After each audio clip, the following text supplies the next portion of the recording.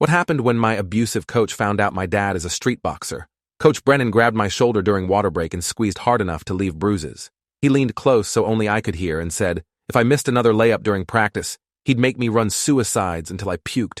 His breath smelled like coffee and cigarettes, and his grip felt like iron clamps digging into muscle. I was 15 years old, 5'9", and weighed maybe 130 soaking wet. He was 6'3", 240 pounds of former college athlete who'd washed out of coaching at better schools and ended up at Lincoln High where nobody asked too many questions about his methods. The gymnasium echoed with squeaking shoes and bouncing basketballs. My teammates ran drills while Brennan held me in place, his fingers pressing into the exact spot he'd grabbed yesterday and the day before that. The bruises formed layers now, purple and yellow and green. A timeline of his discipline mapped across my shoulders and arms. I kept my face blank because showing pain only made him squeeze harder. He released me finally and shoved me back toward the court. I stumbled, but caught myself before falling. Nobody looked at me directly, but I could feel them watching from the corners of their eyes. I'd been on varsity basketball since freshman year because I was fast and could shoot threes with decent accuracy. Brennan had been coaching at Lincoln for 12 years and had a reputation for winning games and producing players who went to college on scholarships. What people didn't talk about openly was how he treated the kids who weren't his favorites, the ones who didn't come from families with money or connections. I was one of those kids. My mom worked double shifts as a nurse, and my dad did construction and odd jobs, whatever kept bills paid and food on the table. We lived in the apartments on the east side where rent was cheap and nobody complained about noise. Practice lasted 2 more hours, and Brennan found reasons to single me out 11 times. I counted because counting gave me something to focus on besides the fear in my stomach. He made me run extra drills while everyone else rested. He criticized my form on every shot, even when the ball went through the net clean. He assigned me to guard our best player during scrimmage, and then screamed at me when I couldn't stop him from scoring. The other guys on the team stayed quiet and kept their heads down. They'd learned the same lesson I was learning now. Speaking up meant becoming the new target. After practice ended, I changed clothes in the locker room while my shoulders throbbed with deep, aching pain. DeAndre Wilson sat on the bench next to me tying his shoes. He was a junior, our starting point guard, and one of Brennan's favorites because his dad owned 3 car dealerships and donated money to the athletic department. He glanced at my shoulder where the bruise was visible above my t-shirt collar and said quietly that Brennan had been worse this season than ever before. His voice dropped so low, I had to lean in to hear him say that 2 players had quit already and one kid's parents were talking about filing a complaint. I asked why nobody had reported him yet. DeAndre finished tying his shoes and stood up. He said his dad told him that Brennan had connections with the school board and the athletic director. Complaints disappeared, and families who pushed too hard found their kids benched or kicked off teams. The system protected coaches who won championships regardless of how they treated players. He walked away before I could respond, leaving me alone in the locker room with damp concrete walls that smelled like sweat and mildew, and years of teenage boys trying to become men under pressure they didn't know how to handle. I walked home through streets where streetlights flickered and cast uneven shadows across cracked sidewalks. My backpack felt heavier than usual, loaded with textbooks I'd need for homework I was too tired to complete. The apartment building rose 6 stories with exterior hallways and iron railings. Our unit was on the 4th floor at the end of the corridor. I could hear my little sister Tessa laughing before I opened the door. She was 8 years old and watching cartoons on the couch while Mom made dinner in the kitchen. Mom looked up when I came in and immediately noticed something was wrong. She had that ability mothers develop to read their children's pain even when they're trying to hide it. She asked if I was okay, and I said I was fine, just tired from practice. She studied my face for another moment before returning to chopping vegetables. I dropped my backpack by the door and headed to the bathroom to examine my shoulders in the mirror. The bruises were worse than I'd thought, deep purple marks that wrapped around the joint where Brennan's fingers had dug in repeatedly over the past 2 weeks. Dad came home an hour later while we were eating dinner. He worked construction for a company that did commercial renovations and came home every night covered in dust and dried sweat. He kissed Mom and ruffled Tessa's hair before sitting down at the table. His hands were scarred from years of manual labor, and his knuckles looked swollen from some injury he hadn't mentioned. He asked about my day, and I gave him the standard response that school was fine, and practice was fine, and everything was fine. He watched me with dark eyes that missed nothing, but he didn't push for more information. After dinner, I tried to do homework but couldn't concentrate. The pain in my shoulders had spread down my arms and up my neck. I took 2 ibuprofen and lay on my bed staring at the ceiling. Through the thin walls, I could hear Tessa playing in her room and Mom washing dishes in the kitchen. Dad was watching something on television, volume turned low. This was our routine, the quiet evenings that bookended days filled with work and school, and the constant grind of trying to stay afloat in a city that didn't care whether we made it or drowned. The next morning, I woke up stiff and sore. Getting dressed required careful movements to avoid aggravating the bruises. I wore a hoodie despite the warm weather to hide the marks from Mom and Tessa. At school, I moved through classes in a fog, unable to focus on lectures or assignments. My best friend Luis noticed during lunch and asked what was wrong. I told him Brennan was getting worse and showed him the bruises in the bathroom where nobody else could see. Luis's face went pale, and he said I needed to report it before Brennan seriously injured me. I explained what DeAndre had told me about complaints disappearing and families getting retaliated against. Luis argued that didn't matter, that what Brennan was doing was assault and somebody had to stop him. I asked if he was volunteering to file the report and watch his family get targeted. He didn't have an answer for that. We finished lunch in silence and went to our afternoon classes. The weight of the situation pressed down on me like physical pressure. I was trapped between enduring abuse and risking consequences that could affect my whole family. Practice that afternoon started with conditioning drills. Brennan made us run full court sprints for 30 minutes straight. Every time someone slowed down, he added 5 more sprints to the total count. My legs burned, and my lungs felt like they were filled with broken glass, but I kept running. Stopping would only make things worse. After conditioning came defensive drills where Brennan paired us up and had us play one-on-one at full intensity. He paired me against Jamal Thompson, our center who had 4 inches and 60 pounds on me. Jamal was a good guy who didn't want to hurt anybody, but Brennan stood on the sideline screaming at him to be more aggressive and physical. Jamal shoved me hard on a drive to the basket and I went down on the hardwood floor. The impact knocked the wind out of me and pain exploded through my already injured shoulder. Brennan blew his whistle and told me to get up and stop being soft. I pushed myself up slowly, testing whether anything was seriously damaged. Everything hurt, but nothing felt broken. Brennan ordered us to run it again. The drill continued for another 20 minutes. Jamal knocked me down 3 more times because Brennan kept demanding more physicality. By the end, my shoulder was screaming, and I could taste blood in my mouth from where I'd bitten my cheek during one of the falls. Brennan finally called for water break, and I stumbled to the bench. My vision swam, and I felt like I might actually throw up. DeAndre handed me a water bottle without saying anything. The sympathy in his eyes made me feel worse somehow, like I was an animal caught in a trap that everyone could see, but nobody would help free. Brennan approached me at the bench and told me my defensive stance was pathetic, and my effort level was embarrassing the whole team. He said if I couldn't handle physical basketball, maybe I should quit and make room for someone who actually wanted to play. His voice carried across the gym loud enough for everyone to hear. The humiliation burned hotter than the physical pain. I kept my eyes on the floor and didn't respond. Responding only escalated things. I'd learned that lesson the hard way during my first week on the team.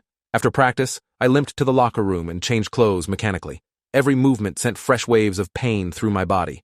I caught my reflection in the mirror above the sinks and barely recognized myself. The kid staring back looked beaten down and exhausted in ways that went beyond physical fatigue. Brennan was breaking something inside me piece by piece, and I didn't know how to stop it. I grabbed my backpack and left through the side exit to avoid seeing anyone else from the team. The walk home took longer than usual because my left knee had started swelling during the last drill.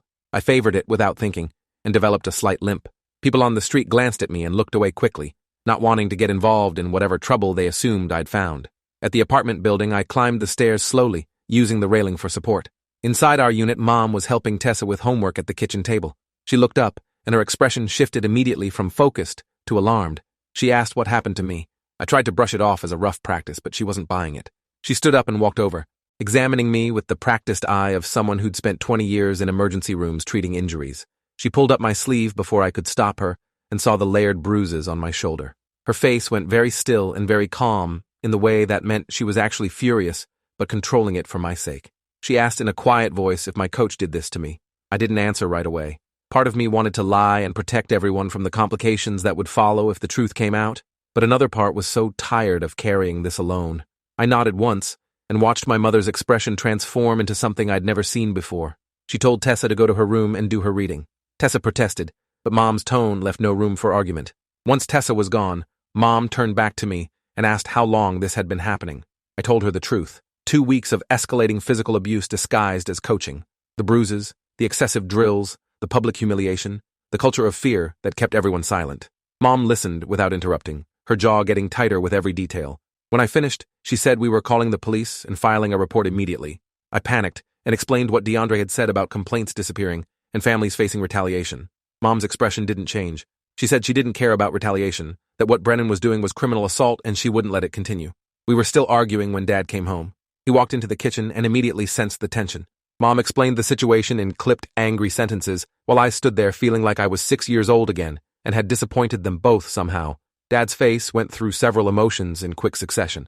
Shock, anger, and finally a cold, calculating look that made me nervous. He asked to see the bruises. I showed him everything. His hands were gentle as he examined my shoulders, but I could feel the rage radiating off him in waves. Dad asked me Coach Brennan's full name and whether he drove a red pickup truck with a custom grill. I confirmed both details and asked how he knew. Dad said he'd seen Brennan around the neighborhood a few times, had noticed the Lincoln High coaching jacket and the swagger that came with minor local fame. He asked if Brennan worked out at the public gym on Foster Avenue. Again, I confirmed. Dad nodded slowly and told Mom he'd handle this situation his way. Mom started to object, but Dad cut her off with a look. He said some things couldn't be fixed by calling police or filing official complaints. Some things required a different kind of justice. I asked what he meant. Dad sat down at the table and was quiet for a long moment. Then he told me something I'd never known about his past. Before I was born, before he'd gotten his construction job and settled into normal working life, Dad had fought in underground boxing matches for money. Not the legal amateur bouts in gyms with referees and rules, but the street fights held in warehouses and parking lots where men beat each other bloody for cash and reputation. He'd been good at it, good enough to make a living for several years before my mom convinced him to quit, after he took too much damage in a fight that should have been stopped earlier. He said he'd walked away from that world when they found out Mom was pregnant with me. He'd promised her he was done with violence and fighting for money. He'd kept that promise for 16 years, but hearing about a grown man putting his hands on his son in ways that left bruises and fear changed the calculation. Some promises had exceptions built into them for situations exactly like this. He stood up from the table and told Mom he'd be back in a few hours. She grabbed his arm and asked him not to do anything that would land him in jail. Dad kissed her forehead and said he'd be careful, but Brennan needed to understand there were consequences for touching his kid. Dad left through the front door without another word. Mom and I stood in the kitchen listening to his footsteps fade down the exterior hallway. Mom looked at me and said, "Dad better not get arrested because she couldn't handle his bail and rent in the same month." I almost laughed at the practical concern cutting through the tension, but my shoulder hurt too much. Mom made me sit down and brought out her nursing supplies. She cleaned the worst abrasions and applied ice packs to reduce the swelling. Her touch was clinical and efficient, but I could see her blinking back tears. The next 2 hours passed in strange, suspended time. Mom made dinner mechanically while Tessa asked questions about why everyone seemed upset. Mom gave vague, reassuring answers that satisfied an 8-year-old, but wouldn't have fooled anyone older. I sat on the couch pretending to do homework while actually replaying Dad's words in my head. Underground boxing, fighting for money, a whole life I'd known nothing about. It recontextualized things I'd noticed over the years. The way Dad moved with precise control, the scars on his knuckles, the time he'd stepped between Mom and an aggressive drunk on the street and made the guy back down without throwing a punch. Dad came home just after 8 o'clock. His knuckles were split and bleeding and his shirt had blood spatter across the front. Mom rushed to him and checked for injuries, but he waved her off, saying the blood wasn't his. He went to the bathroom and washed his hands thoroughly, using soap and hot water until the skin turned pink. When he came back to the kitchen, his face was calm and settled. He looked at me and said, "Coach Brennan wouldn't be a problem anymore." I asked what he'd done. Dad said he'd had a conversation with Brennan at the gym parking lot and explained some basic facts about boundaries and consequences. Mom demanded details. Dad sighed and explained he'd waited for Brennan to finish his workout and approached him at his truck. Brennan had recognized Dad from seeing him around and made some dismissive comment about parents who couldn't control their kids. Dad had responded by breaking Brennan's nose with a single punch. When Brennan went down, Dad told him, if he ever touched me again or retaliated in any way, the next encounter would involve broken ribs and hospital stays. Brennan had apparently understood the message despite the blood pouring from his face. Mom was furious. She yelled that Dad could be arrested for assault, that this would only make things worse, that violence never solved anything. Dad listened to her vent and then said quietly that sometimes violence was the only language bullies understood. Official complaints would have gone nowhere, and Brennan would have continued hurting kids. Now Brennan knew there was someone willing to meet his violence with greater violence. That would stop him more effectively than any report to the school board. Mom argued for another 10 minutes, but her heart wasn't in it. She knew Dad was probably right, even if she hated admitting it. I went to school the next morning carrying equal parts dread and anticipation. Word would have spread by now about Brennan getting jumped in the parking lot. Everyone would have theories about who did it and why. I walked through the front entrance expecting to be called to the principal's office immediately, but nothing happened. First period came and went normally. During second period, Louise found me and asked if I'd heard that Coach Brennan had called in sick. I said I hadn't heard and tried to keep my face neutral. Louise said the rumor was Brennan got into a fight at the gym and got his ass kicked by someone half his size. The story spread through school like wildfire. By lunch, everyone had a different version. Some said Brennan had started a fight with a professional boxer and gotten destroyed. Others claimed he'd picked on the wrong guy and ended up with a broken nose and fractured ego. Nobody connected it to me. Why would they? I was just a skinny sophomore who got pushed around at practice. The idea that I had connections to someone who could hurt Brennan didn't fit the narrative people had already constructed about who I was. Practice that afternoon was weird. Brennan showed up with a bandaged nose and 2 black eyes that made him look like he'd fought a raccoon and lost. His whole demeanor was different. He ran normal drills without excessive punishment. He corrected mistakes with actual coaching instead of screaming and humiliation. When he spoke to me, his tone was professional and neutral. No edge of cruelty underneath. Several guys on the team noticed and exchanged confused glances, but nobody questioned the change openly. After practice, DeAndre pulled me aside and asked if I knew what happened to Brennan. I said I'd heard the same rumors as everyone else. DeAndre studied my face for a moment and said it was weird that Brennan's sudden attitude adjustment coincided with me getting brutalized less. I shrugged and said maybe Brennan had finally realized he was being a dick. DeAndre didn't look convinced, but he let it drop. We changed and left separately. I walked home feeling lighter than I had in weeks, despite the lingering soreness in my shoulder. That evening, Dad and I talked while Mom was at work and Tessa was asleep.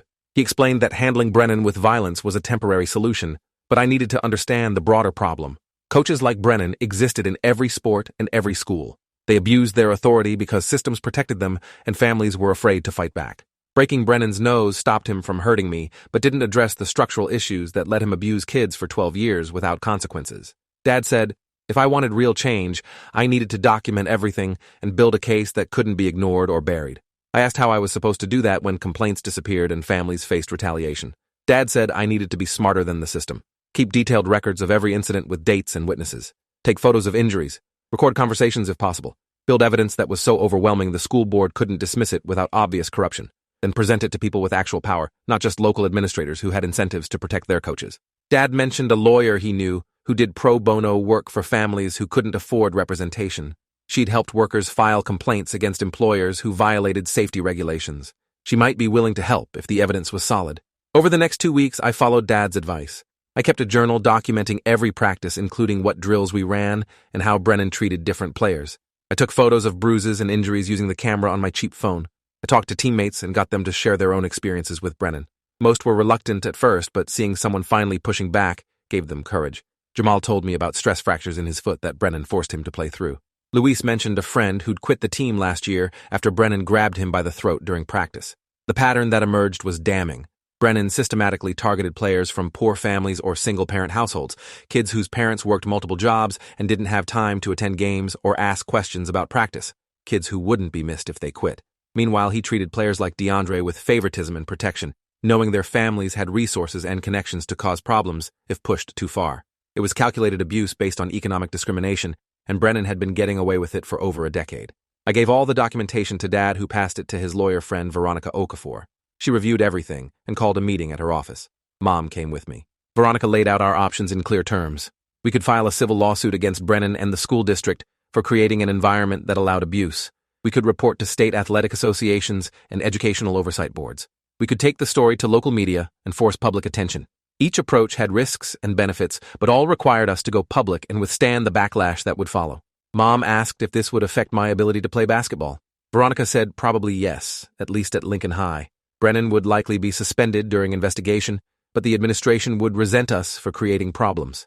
Other coaches might blacklist me from their programs. College scouts might see me as someone who caused drama. The price of justice was often isolation and lost opportunities.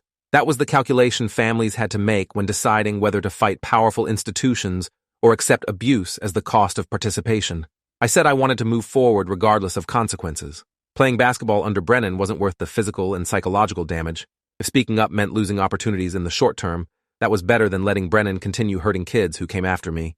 Mom squeezed my hand and told Veronica to file whatever paperwork was necessary. Veronica nodded and said she'd start with a formal complaint to the school board and state athletic association. She'd give them one chance to take meaningful action before escalating to lawsuits and media coverage. The complaint was filed on a Friday afternoon. By Monday morning, the whole school knew something was happening. Principal Vasquez called me to his office during second period. He sat behind his desk looking uncomfortable and asked if I understood the seriousness of accusing a coach of abuse without proof. I told him I had extensive documentation including photos, written testimony from multiple players, and detailed records spanning several weeks. His expression shifted from dismissive to concerned. He said the school board would investigate thoroughly and asked me not to discuss the situation with other students or media while the investigation was ongoing. I agreed to stay quiet publicly, but word spread anyway. Some students were supportive and shared their own stories about Brennan's behavior. Others accused me of being a snitch who couldn't handle tough coaching. The basketball team fractured along predictable lines. Players like DeAndre, whose families had resources, expressed support privately, but stayed neutral publicly. Players who'd been Brennan's victims thanked me for speaking up. Players who'd benefited from Brennan's favoritism acted like I'd betrayed them personally. Jamal stopped talking to me completely even though I knew Brennan had injured him too. Brennan was placed on administrative leave 2 days after the complaint was filed. Assistant coach Ramirez took over the team temporarily. Practice became calmer and more focused on actual basketball skill development rather than punishment and humiliation. The change was so dramatic that several guys who'd been planning to quit decided to stay, but the atmosphere remained tense. Everyone knew a reckoning was coming and nobody knew how it would shake out. The investigation dragged on for 3 weeks, while school board members interviewed players, reviewed documentation, and debated their response. During that time, I received anonymous threatening messages through social media. People told me I'd ruined Brennan's career over nothing, that I was soft and couldn't handle real coaching, that I'd better watch my back. One message included a photo of our apartment building, with a caption about how easy it would be to find me. I showed everything to Veronica, who documented it, and added it to our complaint. She said this proved the toxic culture that protected abusers. Instead of addressing the abuse, people attacked victims for speaking up. That was exactly why institutional change was so difficult and so necessary. Dad wanted to track down whoever sent the threatening messages and have another parking lot conversation. Mom talked him out of it by pointing out that would only give our opponents ammunition to paint us as the aggressors. We had to stay above reproach while the investigation proceeded. Any violence or retaliation would be used to discredit the complaint and protect Brennan. It was frustrating but true. Victims had to play by stricter rules than abusers, because the system looked for any excuse to dismiss complaints as personal vendettas rather than legitimate grievances about misconduct. The school board finally released their findings on a Thursday afternoon. They determined that Coach Brennan had engaged in inappropriate physical contact and created a hostile environment for certain players. He was officially terminated and banned from coaching at any school in the district. The board also implemented new policies requiring coaches to complete training on appropriate discipline methods and establishing a confidential reporting system for athletes experiencing abuse. It was a partial victory. Brennan was gone, but the new policies felt like cosmetic changes rather than structural reform. Veronica said we could push for more by filing civil lawsuits against both Brennan personally and the school district for negligence. The financial cost of litigation would force institutions to take abuse prevention more seriously. But she also warned that lawsuits were expensive, time-consuming, and emotionally draining. We had to decide if pursuing maximum accountability was worth the additional stress on our family. Mom and Dad discussed it for several days. Eventually, they decided to accept the school board's resolution and move forward rather than spending years in court fighting for money we didn't really need. I returned to basketball practice under Coach Ramirez, feeling strange and untethered. The thing I'd been fighting against was gone, but the damage remained. My relationship with teammates was fractured. My body still carried injuries that would take months to fully heal. My trust in authority figures was shattered. Winning felt hollow because I'd lost so much in the process. Ramirez tried to rebuild team unity, but some divides were too deep. By the end of the season, several players had transferred to other schools or quit basketball entirely. The program that Brennan had built through fear and intimidation collapsed once the foundation of abuse was removed. College scouts who'd been interested in players from Lincoln stopped coming to games. Our record suffered without Brennan's brutal conditioning regime, even though practices were healthier. The message was clear. Winning through abuse was rewarded while losing with dignity was punished. That was the incentive structure that created coaches like Brennan in the first place. Excellence at any cost was valued over athlete well-being. Speaking up about abuse meant sacrificing competitive advantages. The system was designed to perpetuate itself regardless of who got hurt. I finished sophomore year with mixed feelings about everything that happened. On one hand, I'd stopped an abuser and potentially protected future players from similar treatment. On the other hand, I'd learned that justice was complicated, incomplete, and often unsatisfying. Brennan was fired, but would likely get hired somewhere else that didn't check references carefully. The school board implemented policies, but enforcement would be inconsistent. Players who'd supported me faced social consequences, while players who'd stayed silent moved on without repercussions. There was no clean resolution where good triumphed completely over evil. During summer break, Dad took me to the gym where he used to train for street fights. It was a dingy basement space with heavy bags and a worn canvas ring. The guys who trained there were mostly older men with scarred knuckles and cauliflower ears. Dad introduced me to Angelo, the man who'd taught him to fight 20 years ago. Angelo looked me over and asked if I wanted to learn the craft properly. Not for street fighting, but for understanding how to defend myself and channel anger into something productive. I said yes. Training with Angelo was brutally hard, but fair. He pushed me physically but never punished or humiliated me. He taught proper technique for punching, defensive movement, conditioning that built strength without causing injury. The work was honest in ways basketball under Brennan never had been. When Angelo corrected mistakes, it was about improving performance, not exerting dominance. When I struggled, he offered encouragement, not mockery.